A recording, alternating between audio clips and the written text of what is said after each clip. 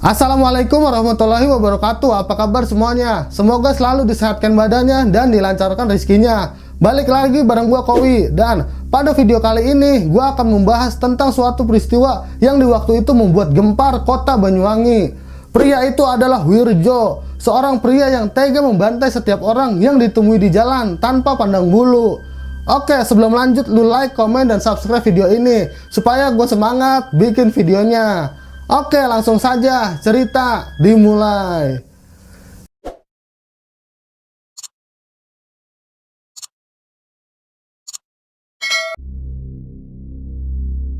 Wirjo adalah anak kelima dari 9 bersaudara. Saat tumbuh dewasa, Wirjo dikenal sebagai pribadi yang temperamental dan angkuh. Bukan hanya tukang marah-marah dan apa-apa celurit, Wirjo juga diceritakan punya watak yang angkuh dan gengsian. Ia sangat tersinggung kalau dibanding-bandingkan soal harta. Sayangnya, sifat gengsi besarnya itu tidak dibarengi dengan usaha, dan dia pun masih saja suka mabuk dan berjudi. Pertengkaran pun jadi makanan sehari-hari di keluarga ini, dan seperti biasa, ujung-ujungnya ia selalu mengancam dengan celurit. Beberapa kali Wirjo pulang pagi hari dalam keadaan bonyok di bagian pipi, lebam dan memar-memar di bagian mukanya, karena semalaman suntuk dia minum miras. Kebiasaannya sejak remaja memang tidak bisa ia hilangkan. Ngadu ayam dan memasang taruhan juga masih menjadi kebiasaannya. Dia selalu memasang taruhan paling tinggi. Dihabiskannya harta peninggalan orang tua untuk memenuhi kesenangannya sendiri. Dia juga sering terikat hutang oleh temannya. Saat kehabisan uang, Wirjo mendatangi rumah saudaranya yang lebih tua dan meminta uang. Tetangga yang hidup berdampingan dengan Wirjo sering mengaku ketakutan kalau Wirjo sedang marah-marah. Tapi tidak ada satupun yang berani menegur perilaku Wirjo yang menyimpang. Karena sekali ditegur, ia akan pulang ke rumah untuk mengambil celuritnya dan langsung datangi warga yang berani melawan. Tapi kabarnya semua uang peninggalan keluarganya habis dipakai hobi haramnya itu. Banyak keanehan yang dirasakan masyarakat mengenai sosok Wirjo. Seperti pada suatu hari, Wirjo pernah memasak nasi sebanyak 5 kilo dengan sebotol minyak goreng, kemudian memakannya sampai habis. Nah, terus karena kekenyangan, ia bahkan sampai tidak bisa berjalan. Namun, keanehan selanjutnya, dia malah berendam di sungai untuk menghilangkan rasa kenyangnya itu. Wirjo juga pernah membuat saudaranya heran, karena saat Wirjo membuat rujak kecut dari 2 buah pepaya, rujak yang dibikinnya itu ukurannya tidak wajar, karena dia bikinnya 1 ember. Yang membuat geleng-geleng kepala adalah dia membuat rujak kecut itu dengan cabai sebanyak 2 kilo, dan sampai Wirjo teler karena setengahnya hampir dihabisin. Melihat saudaranya itu kelengar, pamannya Wirjo sempat meminta istri Wirjo untuk membelikan es, tapi lagi-lagi Wirjo menunjukkan sikap nyeleneh. Rasa pedas yang dirasakan justru dinetralisir dengan menggunakan 50 butir telur pindang. Saudaranya pun dibikin geleng-geleng lagi. Cerita nyeleneh Wirjo pun terus berlanjut. Kali ini dia memotong sapi yang digunakan untuk membajak sawah. Alasannya sederhana, sapi yang digunakan kurang gesit dan tidak kuat untuk dipakai membajak sawah. Lalu kemudian dia memberi makan sapi itu dengan ular luwuk. Sapinya akhirnya teler diberi makan ular. Kenapa? Karena ular itu sendiri beracun. Pas sapinya sekarat karena efek diberi makan ular itu, baru dipotong sama Wirjo sapinya. Bahkan, dalam sebuah kesempatan, selera makan yang meledak-ledak ini nyaris membuat pemilik warung saat itu takut nasinya tidak terbayar. Wirjo makan bersama sang paman, mampu menghabiskan hingga 5 bungkus nasi dalam waktu cepat. Kisah Wirjo tidak berhenti di situ. Menurut warga, pada masa itu, tingkah laku Wirjo semakin hari semakin parah. Kesehariannya sosok Wirjo adalah dia bekerja sebagai petani penggarap sawah dan mengurus hewan ternak kakaknya bersama istrinya. Wirjo juga pernah bekerja di pabrik yang memproduksi kertas. Dia bekerja di sana sebagai sopir forklift.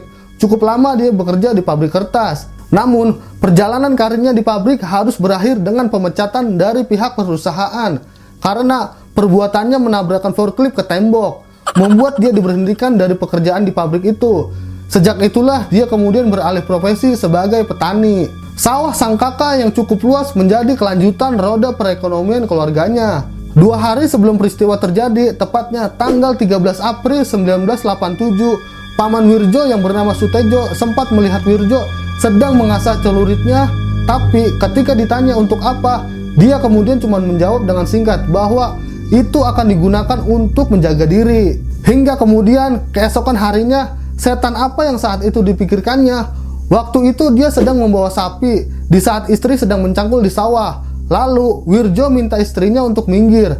Namun jalanan masih lega. Istrinya menjawab bahwa sapinya masih bisa lewat. Seketika itu Wirjo langsung naik darah dan memukul istrinya bertubi-tubi. Bahkan pecut yang biasa digunakan untuk memukul sapi digunakan untuk memukul istrinya. Peristiwa itu disaksikan oleh tetangganya yaitu Darmi, dan istrinya Wirjo kemudian berlari entah kemana. Begitu juga dengan Darmi dan juga saksi lainnya. Mereka akan langsung pergi dari tempat itu. Darmi langsung pergi ke rumah orang tuanya. Wirjo kemudian pulang mencari istrinya, tapi tidak ditemui di rumahnya. Wirjo kemudian melanjutkan pencarian ke rumah mertuanya. Lalu setelah sampai di rumah mertuanya, kemudian dia mengamuk hebat di rumah itu dan disaksikan oleh warga yang tidak bisa berbuat apa-apa karena tahu tabiat Wirjo yang temperamental. Setelah marah-marah dan ngamuk nggak karuan, Wirjo pulang ke rumahnya. Suatu hari amarahnya memuncak dan melihat dua orang anak yang sedang bermain di gundukan pasir di depan rumahnya. Lalu entah bagaimana Wirjo langsung membacok anak yang berusia 4 tahun tersebut, dan sedangkan salah satu anak yang bermain itu bisa melarikan diri. Leher anak itu disabet menggunakan celurit sampai hampir putus. Belum merasa puas, Wirjo kembali berulah dan mendatangi rumah tetangganya, lalu membunuh istri tetangganya yang saat itu sedang masak. Dan melihat istrinya dibantai oleh Wirjo, sang suami pun tak tinggal diam. Walaupun sudah berusia lanjut, dia tetap membantu istrinya dan melawan Wirjo. Walaupun pada akhirnya sang suami pun ikut dibantai oleh Wirjo, dan Wirjo pun menyusuri jalan membantai orang dengan celurit secara acak. Pada akhirnya Wirjo telah membacok total 32 orang. Sebagian besar dari mereka adalah petani yang dalam perjalanan ke ladang dan siswa yang sedang pergi ke sekolah. 18 korban meninggal di tempat kejadian, sementara sebagian lainnya meninggal saat dirawat di rumah sakit. Sebagai akibat dari kejadian ini adalah sekolah-sekolah diliburkan, kantor-kantor ditutup, dan banyak warga yang mengunci dirinya di dalam rumah. Ketakutan langsung menaungi desa itu. Orang-orang yang sebelumnya berlalu lalang buru-buru masuk ke rumahnya masing-masing, menguncinya rapat-rapat dan berharap Wirjo masih punya sedikit kewarasan untuk mengampuni mereka. Kemudian Wirjo bertemu dengan pelajar SMP yang masih berumur 15 tahun bernama Istiana. Dia pun mengejarnya dan Istiana pun berusaha berlari sambil berteriak histeris. Namun pada akhirnya dia pun terkena sabetan celurit dan Istiana pun tumbang bersimbah darah. Kemudian warga laki-laki melakukan pencarian terhadap Wirjo, namun tidak berhasil ditemukan. Yang ada hanya mayat-mayat dari korban yang tergeletak di jalanan. Selanjutnya Wirjo bertemu dengan salah seorang anggota Kamra Keamanan Rakyat yang merasa curiga dengan pakaian Wirjo yang penuh dengan darah dan menjaga jarak dengan Wirjo. Sesaat kemudian Wirjo menyerang, namun karena anggota Kamra tersebut punya basic bela diri, dia berhasil menghindar walaupun dua jarinya putus terkena sabetan. Pada akhirnya anggota Kamra itu lari mencari bantuan. Di lokasi itu tergeletak jasad-jasad manusia yang sudah kaku dengan bekas sabetan luka di beberapa bagian. Ada yang di perut, di leher, di punggung, dan lain-lain. Di jasad itu masih mengalir darah segar dari bekas sabetan Wirjo. Bau amis sangat terasa disebabkan dari jasad korban yang perlahan mengering. Jalanan di Banjarsari sangat sepi, kecuali penduduk yang repot mengurusi mayat-mayat korban Wirjo yang bergelimpangan di jalanan.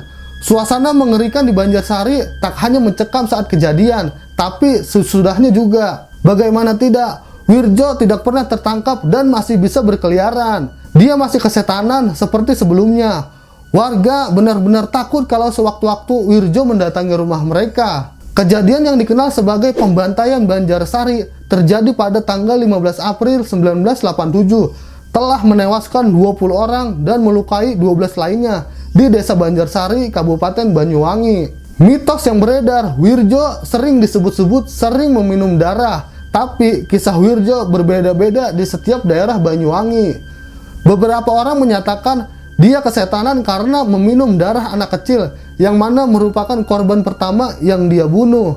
Namun, tidak sedikit juga warga yang menangkal mitos itu. Menurut sebagian warga lainnya, Wirjo tidak meminum darah manusia, melainkan darah sapi. Mitos tentang Wirjo lainnya adalah ilmu sihir yang ia pelajari dari kecil. Wirjo dikabarkan mendapat perlawanan dari para korban, tapi tetap saja dia yang menang karena ada desas-desus kalau dia punya ilmu kebal. Karena merasa terancam, banyak warga Banyuwangi yang melaporkan tindakan Wirjo ke polisi. Polisi pada saat itu kemudian melakukan investigasi mendalam, dan setelah hampir semua unsur aparatur negara termasuk polisi, anjing pelacak, dan tentara, kemudian seorang pemanjat pohon kelapa melaporkan kepada Sutejo, paman dari Wirjo, bahwa dia melihat Wirjo sedang berada di dekat sungai. Dan ketika didatangi, tubuh Wirjo sudah tergantung di pohon dengan kaki yang menyentuh air. Wirjo ditemukan keesokan harinya 3 mil dari arah barat rumahnya. Dia ditemukan sedang tergantung di akar pohon yang tumbuh menjuntai di pinggir sungai. Dia telah melakukan bunuh diri dengan menggantung dirinya memakai ikat pinggangnya. Sayangnya, dia ditemukan dalam keadaan sudah tidak bernyawa. Perasaan warga Banyuwangi saat itu memang sedang campur aduk, karena pada satu sisi mereka lega bahwa Wirjo sudah tiada, tapi mereka juga geram karena Wirjo kabur dari aturan hukum yang sah dan menghindari hukuman dengan bunuh diri. Pada kejadian itu terjadi juga ada kejadian aneh lainnya, yaitu polisi yang akan menolong malah mengalami kecelakaan di jalan, bahkan sampai menimbulkan korban jiwa. Anehnya lagi, ambulan yang harus datang juga mengalami kecelakaan sehingga tidak ada bala bantuan yang datang.